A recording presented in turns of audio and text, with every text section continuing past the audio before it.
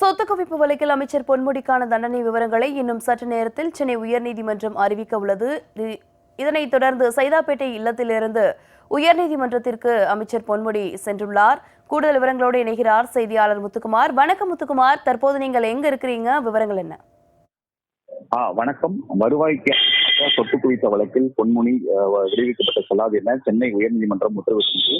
இந்த நிலையில் குற்றவாளி என தீர்ப்பு வந்ததால் தண்டனை குறித்து அறிவிக்கும் போது இந்த நேரில் ஆஜராக வேண்டும் என அவருக்கும் அவரது மனைவிக்கும் உத்தரவிட்டிருந்த நிலையில் இன்று பொன்முடி மற்றும் அவரது மனைவி தற்பொழுது சென்னை சைதாப்பேட்டை இல்லத்தில் தற்பொழுது நேரில் ஆஜராவதற்காக புறப்பட்டு சென்றிருக்கின்றனர். இந்த நிலையில் அவரது இல்லம் முன்பு திமுக தொண்டர்கள் சூழ்ந்துள்ளனர். அது மட்டுமல்லாமல் காவல்துறை அதிகாரிகளும் பாதுகாப்பு குவிக்கப்பட்டிருக்கிறார்கள்.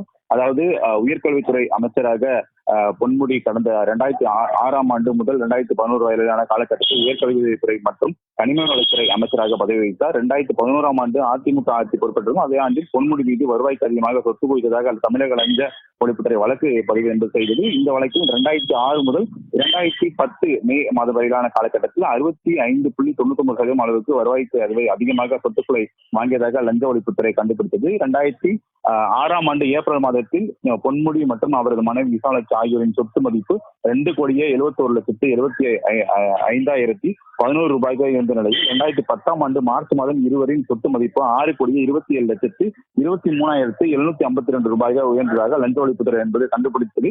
அதாவது 2006 முதல் 2010 ஆண்டு மார்ச் வரையிலான காலகட்டத்தில் 3,55,48,741 ரூபாய் சொத்துக்களை வாங்கியுள்ளதாக லஞ்ச ஒழிப்புத்துறையால் கண்டுபிடிக்கப்பட்டது.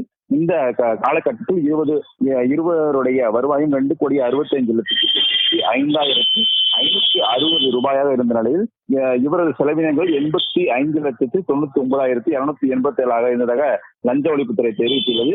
ஆக வருவாயில் இந்த செலவினங்களை கழித்த பின்னர் 1,99,97,273 ரூபாயாக இருந்த நிலையில் 3,35,48,740 ரூபாயா சொத்துக்களை இருவரும் வாங்கியதாக லஞ்ச ஒழிப்புத்துறை கண்டுபிடித்தது. இதன் மூலம் 1,75,51,468 ரூபாய்க்கு சொத்து வாங்கியதற்கு எங்கிருந்து பணம் வந்தது என இருவரும் நோட்டீஸ் அனுப்பிய லஞ்ச ஒழிப்புத்துறை அதிகாரிகள் இருவரும் அளிக்கவில்லை என்பதால் விழுப்புரம் சிறப்பு நீதிமன்றத்தில் வழக்கு என்பது தொடர்ந்தது. இந்த வழக்கில் இருவரும் 65.99% சொத்துக்களை வருவாய்க்கு அதிகமாக சேர்த்துள்ளதாக லஞ்ச ஒழிப்புத்துறை குற்றப்பத்திரிகை என்று தாக்கல் செய்தது. எனினும் கடந்த 2016 ஆண்டு இருவர் மீதான குற்றங்கள் நிரூபிக்கப்படவில்லை என கூறி அமைச்சர் பொன்முடி மற்றும் விசாலாட்சி ஆகியோர் விடுவிக்கப்பட்டனர். விழுப்புரம் சிறப்பு நீதிமன்ற தீர்ப்பை எதிர்த்து சென்னை உயர்நீதிமன்றத்தில் லஞ்ச ஒழிப்புத்துறை சார்பில் கடந்த 2017 ஆண்டு மேல்முறை என்பது செய்யப்பட்டது. கடந்த 6 ஆண்டுகளாக இந்த வழக்கு நிலுவையில் இருந்த நிலையில் கடந்த செவ்வாய்க்கிழமை நீதிபதி ஜெயச்சந்திரன் அமர்வு முன்பு விசாரணை நடைபெற்றது. இந்த நிலையில் கடந்த செவ்வாய்க்கிழமை அன்று வழக்கு உயர்நீதிமன்றத்தில் விசாரணைக்கு வந்தபோது இருவர் மீதான குற்றங்கள் என்பது நிரூபிக்கப்பட்டுள்ளதாக தெரிவித்த நீதிபதி இருவரையும் சிறப்பு நீதிமன்றம் விடுவித்து செல்லாது என உத்தரவிட்டார். வருவாய்க்கு அதிகமாக 64.90% அளவுக்கு அமைச்சர் பொன்முடியும் அவரது மனைவி விசாலாட்சியும் சொத்து குவித்தது நிரூபணமாகியுள்ளதாக தீர்ப்பில் குறிப்பிட்டுள்ள நீதிபதி ஜெயச்சந்திரன் இருவருக்கும் எதிரான ஆதாரங்களை ஆராயாமல் இருவரையும் விடுதலை செய்த சிறப்பு நீதிமன்றம் தீர்ப்பு செல்லாது என தீர்ப்பு அளித்தார். இருவரையும் வருவாயையும் ஒன்றாக சேர்த்து விசாரிக்க முடியாது என்ற சிறப்பு நீதிமன்றத்தின் முடிவு அடிப்படையிலே தவறு என தனது தீர்ப்பில் நீதிபதி ஜெயச்சந்திரன் சுட்டிக்காட்டியுள்ளார். பொன்முடி தன் மனைவி விசாலாட்சி பையை பெரும்பாலான சொத்துக்களை வாங்கியுள்ளார் என்பதற்கான நம்ப தகுந்த காரணங்கள் ஏற்காமல் சிறப்பு நீதிமன்றம் விடுதலை செய்துள்ளதாகவும் தனது தீர்ப்பில் நீதிபதி ஜெயச்சந்திரன் குறிப்பிட்டால் இருவரின் மீதான குற்றங்கள் நிரூபிக்கப்பட்டதால் தண்டனை குறித்து விவரங்களை அறிவிக்கும் போது இன்று அதாவது 21ஆம் தேதி நேரில் ஆஜராக வேண்டும் என உத்தரவிட்டிருந்தார். இந்த நிலையில்தான் தற்பொழுது நேரில் ஆஜராவதற்காக பொன்முடி மற்றும் அவரது மனைவி தற்பொழுது அவரது சைதாப்பேட்டை இல்லத்திலிருந்து புறப்பட்டு நீதிமன்றத்துக்கு சென்றிருக்கிறார்கள்.